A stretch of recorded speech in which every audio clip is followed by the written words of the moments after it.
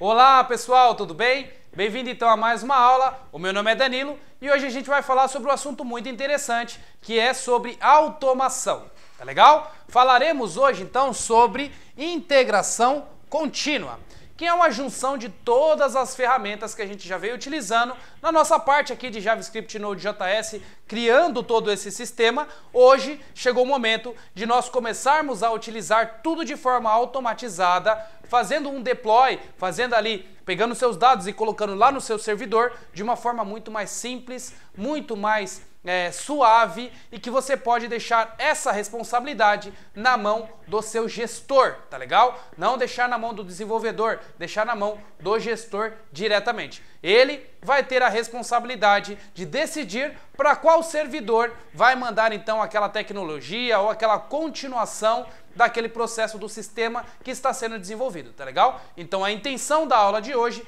é mostrar como que funciona essa parte da integração contínua ou automação. Show de bola, pessoal! Então vamos lá. Primeiro, antes de começar a falar sobre integração contínua, eu preciso explicar para vocês o deploy clássico, né? Como é que a gente faz o deploy de forma clássica. Bom, primeiramente, né? Deploy. Tem algumas pessoas que devem estar entrando e vendo esse vídeo e devem estar se perguntando: o que é um deploy? O que é isso? O que ele está falando? Pessoal, basicamente um deploy é você pegar os seus dados que está no seu sistema, no computador do desenvolvedor, e jogar isso num servidor, ficando então com acesso à internet para que outras pessoas possam acessar, tá legal? O deploy pode ser feito tanto no sistema Windows, quando você joga esse sistema na rede e ele distribui, quanto no sistema aplicativo, que você pode fazer algo automatizado para mandar os dados para a Apple, ou também com o sistema web. Ele é muito utilizado para sistema web, serviços, APIs e etc. Ok? Então, deploy é pegar os seus dados que foi desenvolvido, o seu código, e colocar em produção. Tá legal? Agora vamos falar aqui, voltar um pouco no tempo, para que a gente possa ver como que era feito os deploys de forma antiga. Existem ainda algumas empresas e algumas pessoas que utilizam esse deploy aqui via FTP, mas é um deploy bem antigo, é uma forma muito antiga e porém trabalhosa. Vou mostrar para vocês o porquê que ela é trabalhosa e por que você, colocando integração contínua, você consegue ganhar tempo na tua empresa e você consegue ganhar tempo como desenvolvedor para mostrar essa tecnologia para a empresa onde você está e ela conseguir ter mais ganhos, mais velocidade e conseguir você com certeza ser promovido simplesmente por estar apresentando essa solução na empresa, tá bom? Então vamos lá, minha gente. O deploy de forma antiga. A gente tem o gestor, que basicamente ele vai lá e pede as informações para o desenvolvedor, ou gestor, ou product owner, ou simplesmente a pessoa que está pedindo para desenvolver aquela parte do sistema que ele quer desenvolver e colocar lá no site dele, tá? E aí ele pede isso para o dev lá, para o desenvolvedor. Aí o desenvolvedor vai lá e faz aquela solução para ele e desenvolve aquele conjunto de arquivos que é o código, tá legal? Depois que ele fez aquilo, ele precisa então pedir para o gestor um acesso a um servidor, ou ele mesmo cria esse acesso ao servidor, normalmente uma equipe de infraestrutura, né? Uma equipe de infra vai dar para ele essa informação ou vai passar para ele qual o servidor que ele vai conseguir colocar o sistema dele no ar, em produção.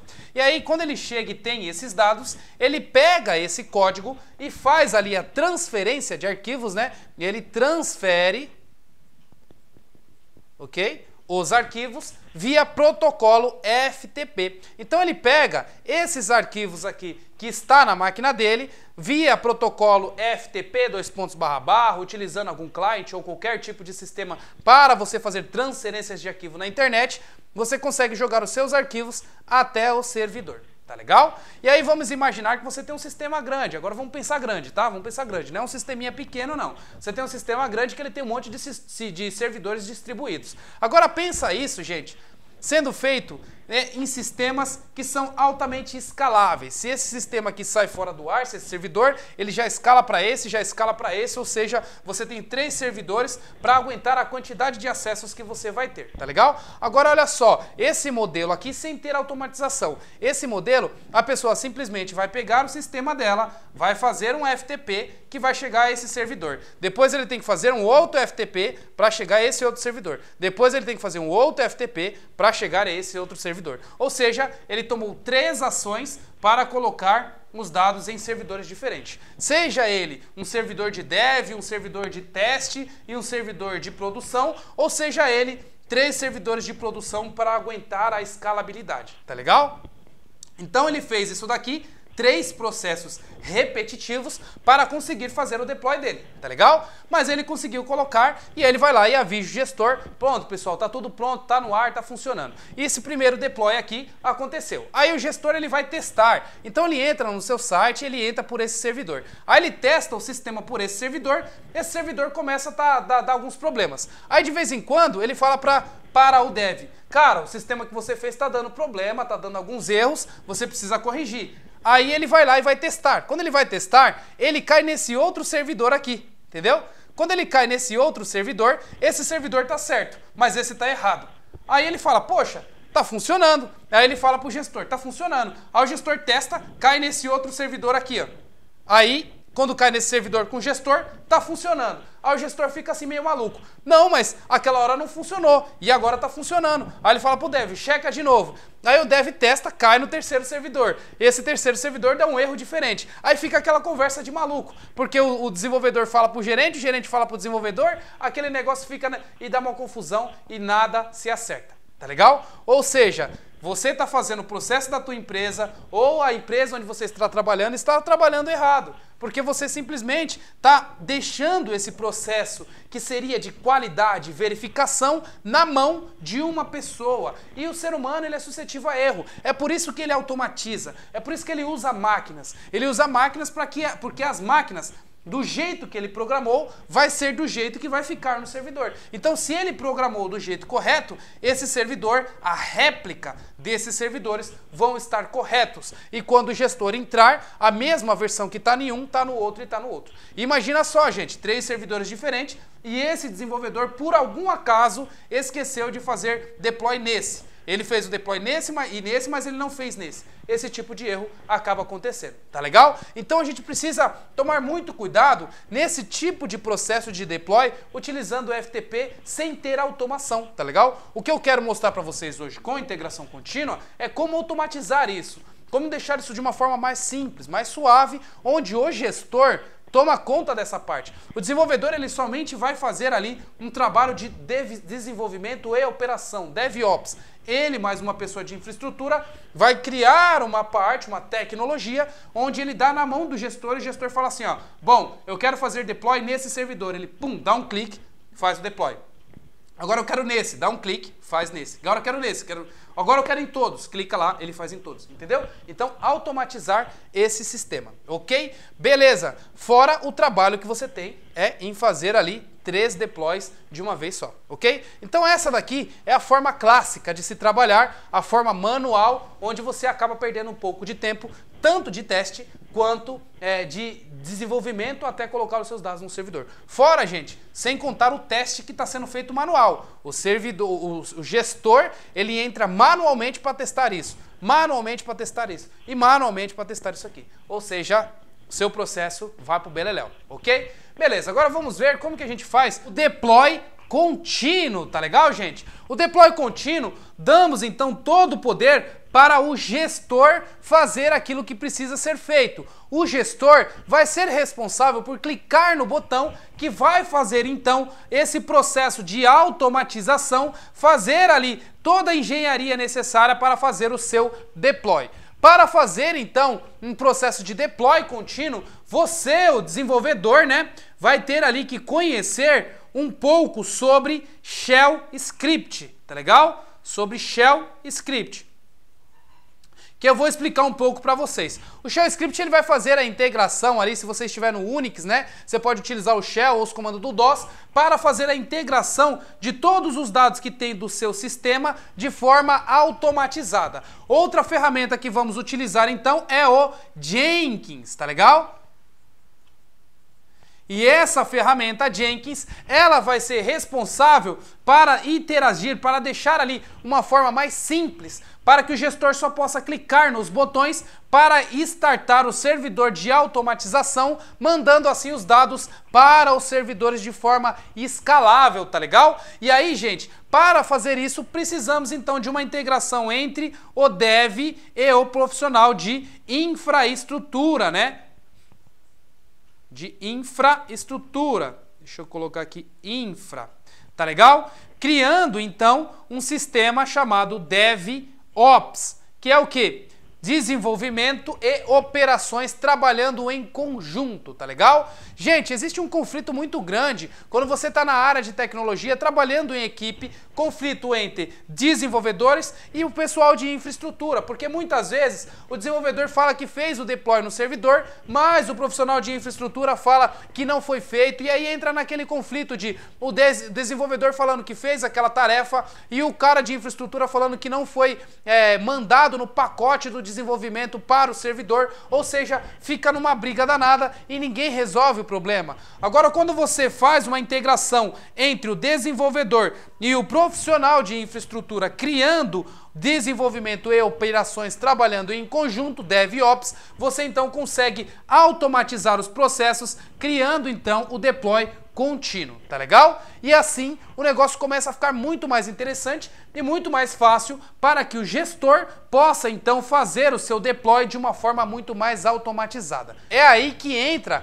toda aquela parte que eu falei para vocês sobre TDD e BDD, fazendo os testes em cima do seu código, tá legal? Porque uma vez que o sistema tem lá a tecnologia que você já automatizou os seus testes, ele começa então pegar essa informação depois que ele fez o clone e rodar a bateria de testes, ok? Então o que ele faz? Ele já tem o seu código que ele já fez o clone, que está no servidor de automatização, e aí ele pega esse código e começa a processar. E aí, nesse processamento, ele joga todo aquele teste que foi feito em cima daquilo que você programou no seu TDD e no seu BDD e começa a testar o sistema. Então aqui ele vai fazendo todos os testes, Se em algum momento esse teste falhar no servidor de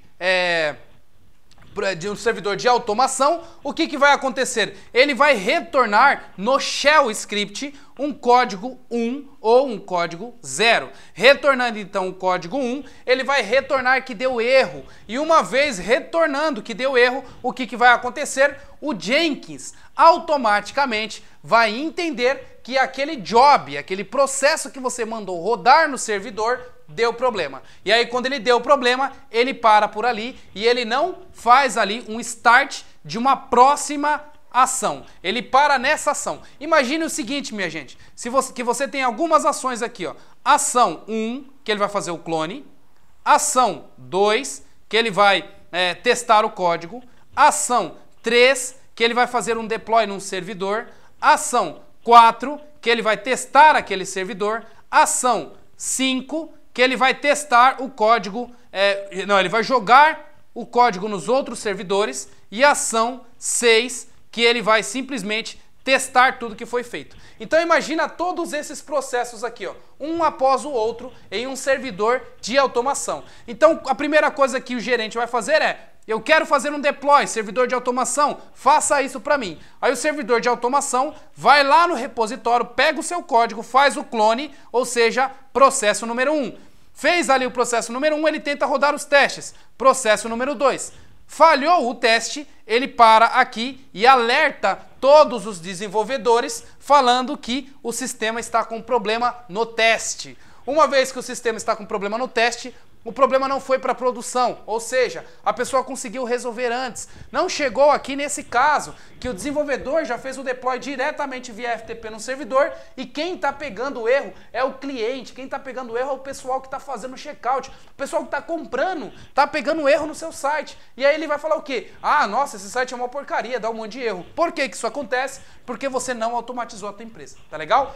A automação faz com que você pegue o erro antes do seu cliente, tá legal? Antes do seu cliente. Isso que é importante. Agora vamos nesse outro cenário. O sistema fez o clone, passou pelo teste, aí ele vai lá e faz o deploy no servidor. Aí ele pega, joga nesse servidor automaticamente, joga nesse outro servidor automaticamente e joga nesse outro servidor automaticamente. Ou seja, é esse processo aqui que foi programado pelo desenvolvedor e pelo rapaz de infraestrutura que vai fazer então que esse deploy seja feito da mesma forma para os 3 servidores, porque é o mesmo código, não é você fazendo 3 vezes a mesma coisa. Você já mandou o que você quer que seja feito, o gestor fez isso para o servidor de automação e o servidor de automação jogou o mesmo código para as 3 funções, ok? Uma vez feito isso, essa máquina girando, aí vem ali o quarto passo,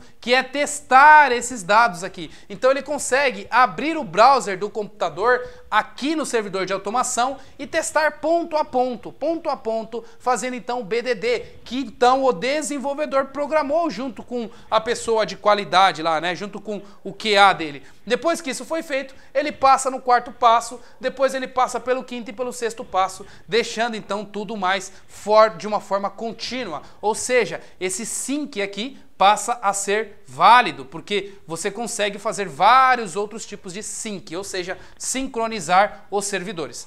Com isso, minha gente, você consegue um deploy para o gestor muito mais simples, porque a cada informação que o desenvolvedor manda para o repositório principal, tagueado, já testado pelo seu TDD e pelo seu BDD, com o sistema de qualidade que ele já fez, então o gestor ele tem maior autoridade, maior facilidade para simplesmente clicar no botão do servidor de automação e o servidor distribuir isso de forma muito mais simples e correta, ok? Então isso é o que a gente vai ver a partir de hoje, nas aulas de hoje. É essa parte, vocês vão aprender como fazer esse tipo de integração utilizando então a ferramenta Jenkins, ok? Utilizando o Jenkins, utilizando Shell Script e utilizando toda a parte de sistema que a gente já fez até agora, tá legal? Então é isso, minha gente. A gente vai lá para o computador para começar a fazer a instalação do Jenkins e vamos seguindo com os vídeos. Então vejo vocês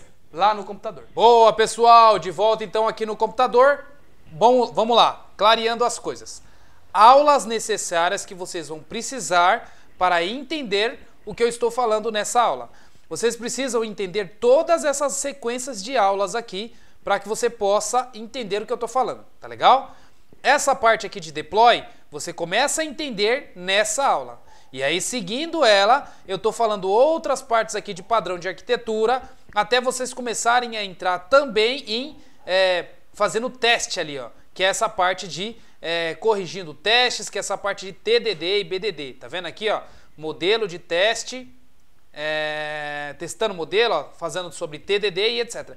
Esse vídeo aqui de TDD vai auxiliar o que você precisa saber para entender o que eu estou falando nessa aula de hoje, tá vendo?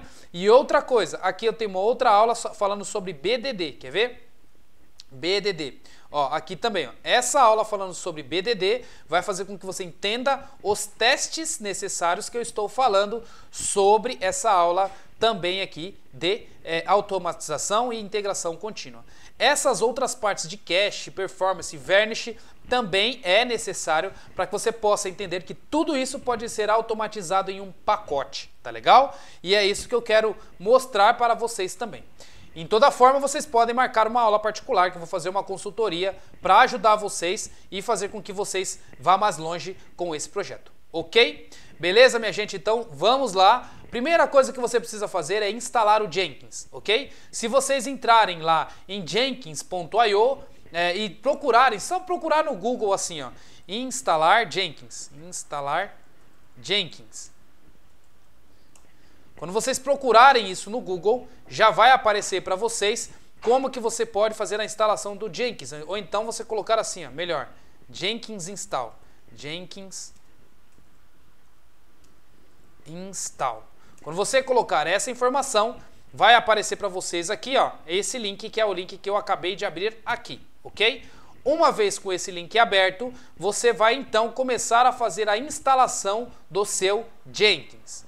Bom, aqui existem várias formas que vocês podem utilizar para instalar o Jenkins, via Docker, via shell direto, fazendo download do binário direto, download do arquivo direto, eu escolhi uma forma, que foi a forma diretamente instalado na máquina, tá legal? Que é essa forma aqui do macOS. Eu estou no Mac. Se você estiver no Linux lá, você também tem como instalar por apt-get, tá legal? Tá aqui, ó, sudo apt-get Jenkins. Se você está no Windows, você pode baixar o pacote e fazer a instalação. No Mac, eu instalei dessa forma, brew install Jenkins. Uma vez instalado o Jenkins, vai acontecer o seguinte, rodando o meu comando, eu preciso ter o pacote brew instalado também no Mac para poder funcionar, tá, gente? É só vocês procurarem como que instalar aí o brew na máquina de vocês. Uma vez instalado, olha o que acontece. Ele vai colocar essa informação, demora para fazer o download, tá? É bem grande o Jenkins. Depois que ele já fez essa instalação, ele dá para você qual que é o diretório do Jenkins, tá legal? E aí você pode startar ele. Se você digitar Jenkins Start diretamente, ele vai começar a rodar o processo para instartar o Jenkins na sua máquina. E aí, como que funciona o processo para você abrir o Jenkins diretamente no seu computador, tá legal? Se vocês olharem no manual, o Jenkins ele fala que ele abre na porta 8080 e é exatamente o que a gente vai fazer aqui, ó.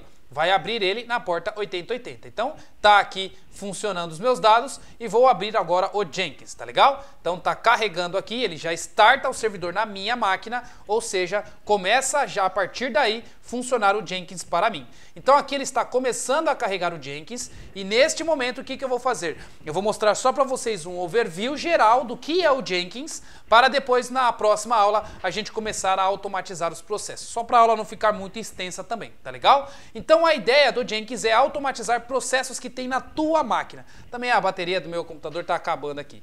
Mas enfim, automatizar os processos que tem na tua máquina, ok? Então qual é a ideia? Você criar jobs. E o que são esses jobs aqui? São tarefas que você vai executar diretamente na sua máquina, que você pode amarrar uma tarefa a outra, uma tarefa a outra. E assim vai. Você digita no seu console uma coisa tipo assim, ó. Por exemplo, eu quero fazer um clone de um projeto. Eu posso fazer o seguinte, git clone, né? Clone de um repositório, né? E aí ele baixa isso para você, ele executa isso na sua máquina, ok? Esse comando que você está rodando, um ls, por exemplo, que você está rodando, você pode automatizar no Jenkins. Então, por exemplo, teste. E esse teste aqui é um job free que eu estou fazendo aqui para ele rodar no meu computador, tá, ok? E aí tem o diretório direitinho, de onde que ele precisa rodar e o que ele faz, ok? Que eu também vou explicar para vocês. Show de bola. Agora eu quero que ele execute para mim um comando via shell. E aqui você consegue, então, colocar um script para rodar, ou seja, o mesmo script que você coloca aqui no terminal, você consegue colocar aqui no Jenkins e ele roda diretamente na sua máquina, tá legal? Então vou abrir aqui para vocês verem, aqui no build eu tenho aqui, ó, shell, execute shell. E aqui, por exemplo, vou colocar aqui, ó, eixo, somente para ele executar no job colocando um texto, tá? Ó, Danilo. Isso daqui é simplesmente para mostrar o meu nome. Vou executar isso no shell, ó, eixo Danilo. Ele mostra aqui Danilo, ok? E vou rodar isso aqui no Jenkins. Então, estou salvando esse job, ok? E aí eu vou startar esse job. Vou dar um build agora para ele rodar esse job. Então, ele vai rodar aqui para mim, já deu azul como job sucesso. Acabou de dar certo aqui o meu job finalizado, ou seja, ele conseguiu rodar um comando na minha máquina. Ou seja, a partir daí, o que eu vou fazer daqui, eu posso linkar uma coisa com outra, um job no outro, e daí a coisa começa a ficar muito mais interessante. Porque os comandos que até então eu fazia manualmente no meu computador como desenvolvedor, eu passo a configurar aqui nessa ferramenta, fazendo com que essa ferramenta automatize todo o meu processo até então manual, ok? Olha só, como que eu faço para rodar os meus testes? Se eu ir lá no meu projeto, ok? Torne-se programador, né? Node.js, e aí eu vou entrar aqui no CMS-interface gulp, que é esse aqui que a gente fez e que tem lá os testes automatizados. Eu teria que rodar aqui, ó, npm npm teste, se eu não me engano, que eu fiz dessa forma aqui o meu schedule. E aí ele começa a rodar os meus testes, ok? Então tem coisas erradas aqui que precisaria arrumar. Mas se eu quisesse fazer com que isso aqui fosse automatizado, eu simplesmente colocaria esse comando no meu shell, mais esse comando no meu shell, e ele automaticamente ia pegar tudo que está na minha tela e ia rodar aqui no meu job. A partir daí, eu começo então a fazer a minha automação no sistema. E isso, minha gente, é fantástico, isso é muito bom. Porque agora a gente não está falando de automação em cima do processo de pessoas comuns. A gente está falando de automação em cima dos desenvolvedores, em cima da sua empresa de tecnologia. Ou seja, o seu sistema, o seu processo tecnológico está ficando mais ágil. Isso é muito bom porque economiza tempo e dinheiro para a empresa. Tá legal? Pessoal, então nas próximas aulas eu vou começar a ligar uma coisa na outra, um shell com outro, corrigir os testes dos sistemas que a gente já fez, criar job de teste para que a gente possa começar a automatizar essa parte dos jobs e aí começar a fazer um processo contínuo mais simples, mais integrado, mais organizado. E aí eu não tenho dúvidas que você apresentando isso na tua empresa ou você empresário vendo esse vídeo e criando essa tecnologia na sua empresa, a sua economia vai ser contínua, como o seu processo contínuo, tá legal? Então é isso, pessoal, eu vou ficar por aqui. Se você gostou dessa aula, dê um like, compartilhe, porque um monte de gente por aí quer aprender isso e precisa aprender isso para economizar dinheiro e fazer a sua tecnologia prosperar, porque o mundo precisa de pessoas como você que vai criar sistemas inteligentes e rápidos e que geram ali um benefício para o ser humano. Então eu acredito que esse meu vídeo vai fazer e vai colaborar para que as pessoas possam criar uma nação mais inteligente, tá legal? Então, com a sua ajuda, compartilhando esse vídeo, outras pessoas vão poder aprender e eu não tenho dúvida que a gente vai conseguir cumprir a nossa missão, tá legal? Então eu fico por aqui, até mais e até a próxima aula. Muito bom, pessoal, adoro falar desses assuntos. Agora está entrando na área de arquitetura, que é algo que eu sou apaixonado. Estou ficando muito feliz com esses vídeos e cada vez mais empolgado. Até mais então e até os próximos vídeos.